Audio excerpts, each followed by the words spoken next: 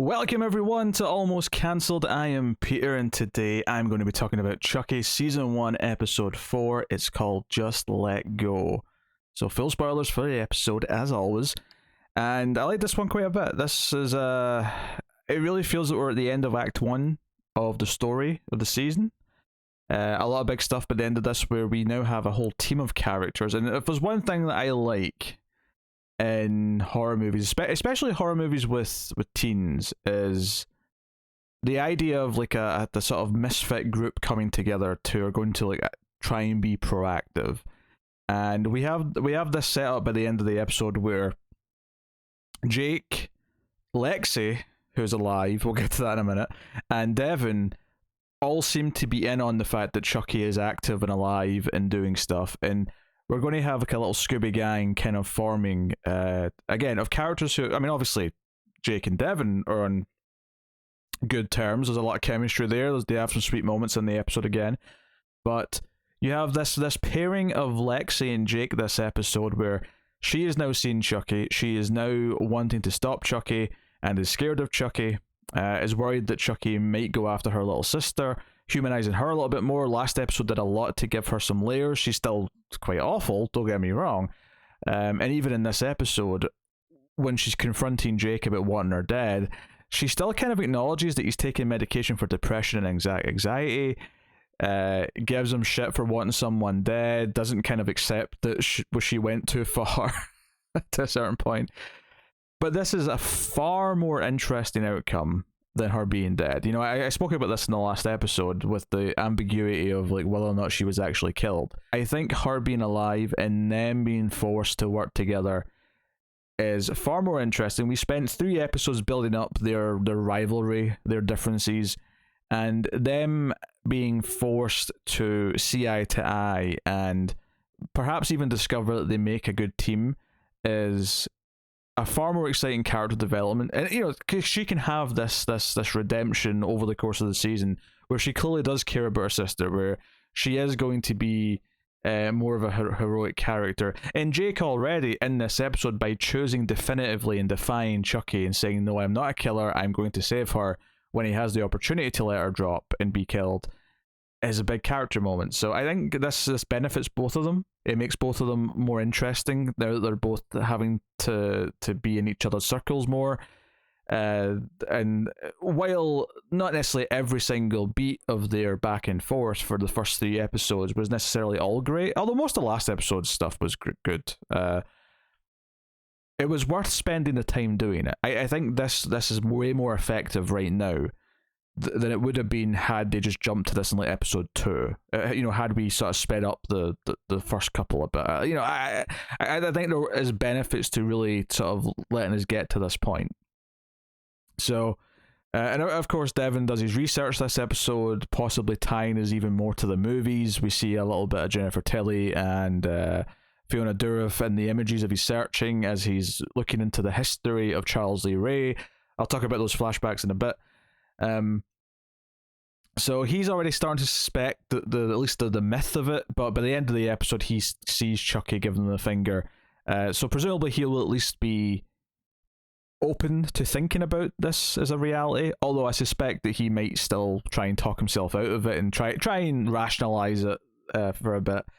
But it really feels like everything's kind of coming to an act 2 right now. But between us forming a group of kids who are all in this together and can work together to try and take on Chucky without the help of their parents, we also have the parents sort of reaching this boiling point by having this big argument in the episode, which felt like a nice natural kind of follow-up to their very civil meeting last episode with the teacher. This episode, now they're in much worse circumstances. They're meeting in a hospital. Both of them have a kid who is in a hospital bed because of what happened, and one of them feels like the other's kid's responsible for everything. The other one feels, you know, points out the flaws in Junior's father, which leads to another parent-kid scene where he forces Junior to say that he loves track, or whatever, and he clearly doesn't. He's just saying it, right? Because he feels like his dad will be mad if he doesn't say he loves it. So there's a little bit more of that parent stuff. I felt Lexi's stuff with her parents in this episode is was quite interesting. I think there's a lot of nice little touches there. The way that they walk past her, like they're in checking on Caroline and they're leaving the hospital room, and instead of even asking how Lexi is, they just walk past her. And admittedly, there's a bit more context in this case because Lexi did throw this party, which did lead to a fire behind her back, and then didn't know this in this particular scene, but then later on it turns out there was also a stabbing, like an actual murder by knife at this thing. So they have a right to be specifically mad at her right now. They absolutely do. But it doesn't change the visual of them checking on her little sister and then just ignoring her. That still kind of stuck out to me. So again, we have this theme of parents and their kids and how that plays into who you are throughout. So sticking with the themes is good stuff. Lexi and Jake being forced to work together makes both of them more interesting and entertaining to be around. Also good stuff. Just a simple act of them sneaking into her now sort of burned down house. Well, it's not burned down, it's still standing, but it's all burned and charred and whatever. Them breaking in there and sneaking past the cop together was fun teamwork hijinks, and it's the sort of thing that will make me endeared to these characters the more they have to do this. And it'll be exciting again when eventually Devon's mum might actually start to accept that it isn't Jake that's behind this, it is a killer doll. Maybe she'll become this ally later in the season, but for a while she is going to stand in the way occasionally, because they're not going to be able to just tell her what's going on, and if they do tell her, she'll think they're crazy, and possibly blame Jake even more for corrupting her son and whatever. So really interesting stuff. And that was the other thing is during the parents' brawl, if you want to call it that, in the hospital, Devon's mum is there and kind of tries to break it up. And at one point, for basically no reason, I think it's Lexi's dad or maybe the mum just brings Devon into it by saying, "Hey, her kid's the weirdo who likes all the true crime stuff and does a true crime podcast." And she's like, "Wait, excuse me, why is my son being brought into this?" I thought that was kind of notable, but it is kind of nice. We have the parental figures of all three of our main kids kind of like also clashing and interacting in a different way, and it's maybe a kind of a nice theme that these kids who started off with Lexi and Jake where they were, with her just flat out being this awful bully to them, it'll be quite interesting to see if they can manage to work together whilst their parents grow further and further apart. I don't know, it's not Jake's parents, but his parental guardians. You're phrasing aside, you know what I mean. That could be quite a nice, interesting touch to everything, to show the kids succeeding where the parents can't. There's things to consider there. There's things to enjoy. So Chucky himself, though, we have to talk about in a couple of ways. Chucky in the present day, they kind of hide him, and we don't see him for a long time in this episode, which has a couple of effects. One is that when our two teens go looking for him, it's kind of creepy and suspenseful. They're snooping around and they're looking for him and they're slowly getting up the stairs. I actually really enjoyed the small joke where it kind of plays it like Jake might be scared to let go first. When Lexi says, "Okay, the last place I saw him was in my room," and there's a pause. And I thought that's the joke that we're doing, but I actually kind of appreciated that he just kind of shrugs and goes, "I don't know where your room is." I thought actually that was kind of a funny joke, because why would he know where her room is? It's not like it's a small house, so it's not, most non-rich people's houses, if you have a few kids, you have the number of rooms that correspond to the kids. In some cases, maybe even less. You'll have kids sharing a room perhaps, but it wouldn't be that many rooms to check to find one particular bedroom in most normal people's houses. But this is a fairly big house. This was a valid response to that question. But it adds this creepy. So having not seen Chucky, you're thinking, where is he? There's a couple of POV shots in the hospital that kind of implied he was there, although it doesn't seem like he was, based on where he ends up and the fact that he doesn't seem to have been to the hospital yet by the end of the until the end of the episode when he's taken there. But There's a great silhouette shot as the kids are arguing of him, like sort of like listening to the conversation before we reveal his face. And it turns out that he's got this two-face thing going on where half of his face is and body's like melted and burned. And given that we're probably going to be getting more Chucky dolls, and now that this one's been so damaged, I do suspect that this Chucky doll is probably going to be something that the kids do defeat. They're probably going to kill this particular doll, but then it's going to fall apart because other Chucky dolls, possibly plural, will show up based on how the last movie ended and what it set up. I suspect that they will defeat this Chucky doll now that kind of like a proper gauntlet's been thrown down where Chucky's now rebelling against them and they know he exists.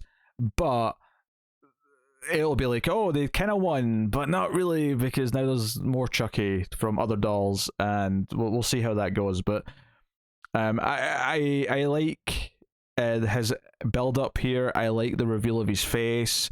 I thought the animatronics and how the melted half still kind of has like muscle movement, but it's obviously all deformed. So I kind of liked how that looked. I loved him jumping to try and swipe at Lexi when she's dangling from the staircase or the balcony. It's big character beats for the characters, of course, which I mentioned earlier, which I like. And even if she still has a legitimate gripe that Jake did want her dead at some point, she at least witnessed this moment where he chose definitively not to kill her. So that should be like a seed for trust for later, which is nice. But yeah, so this cop comes in, and I think it's the same cop from like episode 2 who was like saying really inappropriate things at the crime scene with the auntie and uncle.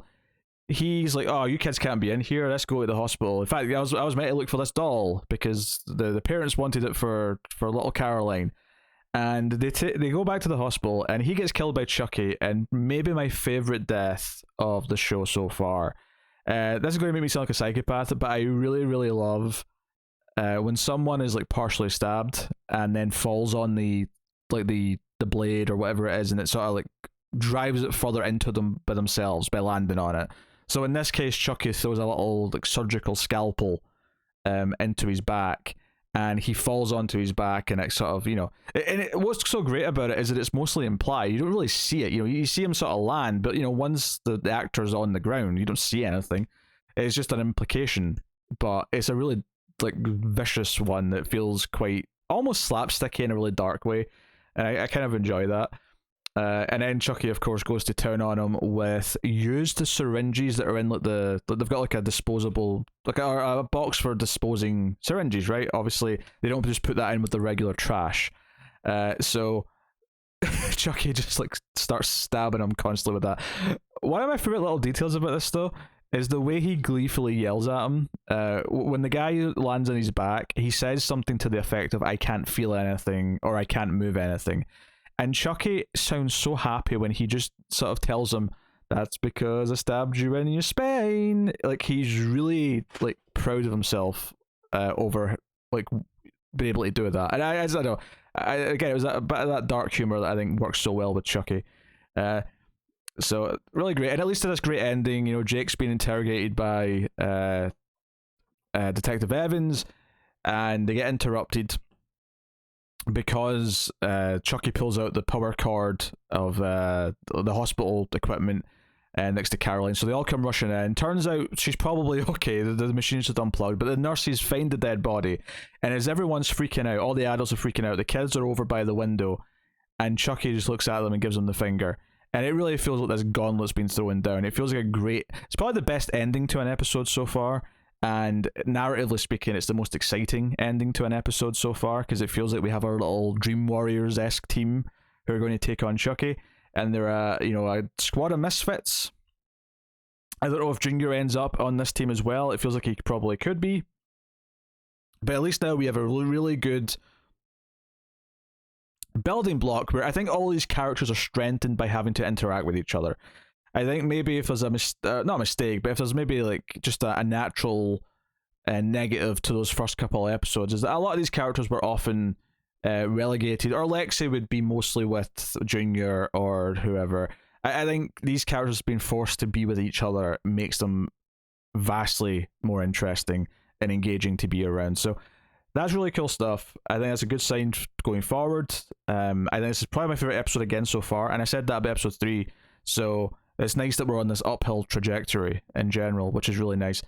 So, and I said it's really nice twice there, because apparently I keep saying things that rhyme with mice and thrice. I don't know where I'm going with this. I had a brain fart. Leave me alone.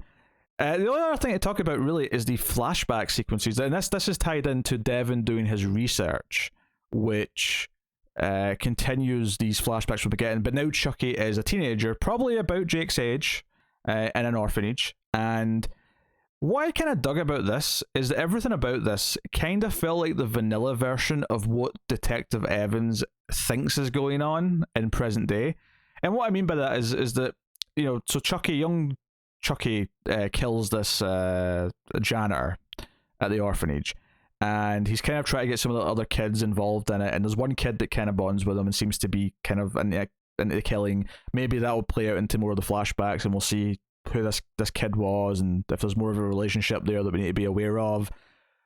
But regardless, all of the aftermath of this body being found, where the police are there, the ambulance is there, and we have like young Chucky like watching on from a distance, and like him talking to the kid, it really felt like it mirrored a lot of the scenes we've had in this show so far of the aftermath of Chucky's murders, where we have Detective Evans, we have the paramedics or the coroner or whoever, around the crime scene and talking and like figuring things out. And she's making all these natural, maybe, at least speculating that Jake might be at the center of all this, which he kind of is, but we know why he's at the center. It's not that he's actually the one killing anyone. I kind of like that this flashback stuff with Chucky in this episode is basically just doing the straight version of it, where it is the kid at the center of it who's killing people. I also don't think it's an accident that they intentionally gave, this teenage Chucky, this teenage Charles Lee Ray, if you want to call him his full name, like his hair feels like it's a more exaggerated version of Jake's hair, which admittedly, like, Charles Lee Ray in the first Child's Play did have long hair, so it's not that wild to think that this is just meant to be like halfway to what his hair would be when he was older. But it did kind of feel notable to me that Jake does have kind of hair that feels like it's going out the way a little bit. And it felt like Charles Lee Ray's hair was intentionally like a more extreme version of that, where it's grown out longer and he's a bit more, obviously he's more unhinged because he actually is a killer. But I thought that was a neat parallel to all the things we've been seeing in present day, is that the aftermath still feels the same. It's just that the culprit in this case actually is one of the humans. It is the kid at the center of it. So that was a neat touch. Otherwise, they're fine. Like, I wouldn't say I necessarily love what the content of the flashbacks otherwise, but they're quick enough that I wasn't feeling bogged down by them by any means, and they kind of fit into 2 sections. It wasn't like it was eating up tons of real estate in terms of screen time. So yeah, I honestly I think this show has improved it a little bit again. Whereas this went in really quickly. It felt like there's consequences to every murder, where it doesn't just feel like they're brushing it under the rug. It feels like we're escalating as we go, and we're sort of inching in towards tying into movie stuff even more so. But if I was to make a prediction, I would say that the kids are going to band together over the next episode, maybe 2 episodes, to defeat Chucky. And they'll technically defeat him, but it will probably coincide with another Chucky possibly coming in with Tiffany or other characters from the movie. Maybe even Andy will show up. I mean, I expect all these things to kind of happen at some point, but maybe that'll be kind of the gotcha for the kids, is that they think they've won. It feels like they've defeated Chucky, but there's more, and that's going to be kind of soul crushing for them. But yeah, so that's good stuff. Good kill, good build to their slightly modified version of Chucky. Big character moments for Jake and Lexi, who are far more interesting together than they are apart. The Jake and Devon stuff is still kind of sweet, and I guess credit to Detective Evans for being the one parent who feels, I mean, she still worries a bit too much about her son, and maybe she's kind of, talking to her son about Jake, trying to get the details, maybe feels a little not not unprofessional necessarily, but just it feels like she's maybe using a connection there. But she otherwise everything's like her entire conversation with Devon in this is him saying you worry too much, and her very naturally saying yeah, it's just being a mom. If their relationship feels a lot healthier than every other parent kid relationship on this show. So that's worth pointing out, and maybe that'll be a case for her being the one ally when she eventually gets proof that Chucky's alive, or perhaps might mean that she's the one who we actually tragically have to watch die, who we care about more than the others because she's the one who's actually kind of a good mother. So I don't know. But there's places to go with it. A lot of interesting stuff in this episode, and yeah, so good. But yeah, that'll about do it. That is episode 4 of Chucky. So let me know what you thought of this episode in the comments below. You can like and subscribe and all that stuff, and get us on the Twitters at mailed_fuzz for channel updates. And you can, of course, support everything we do over at patreon.com/mailfuzztv for as little as $1 per month, and get some bonuses for your trouble. But hitting the like button is the simple click of a button, and it is also a lot of help. It's why every YouTube channel tells you to do it, because YouTube really cares about the engagement with the videos. So if you like a YouTuber, us or otherwise, hit those buttons. But thank you very much for joining once again. I always appreciate it. Keep watching TV. Have you got any vanilla?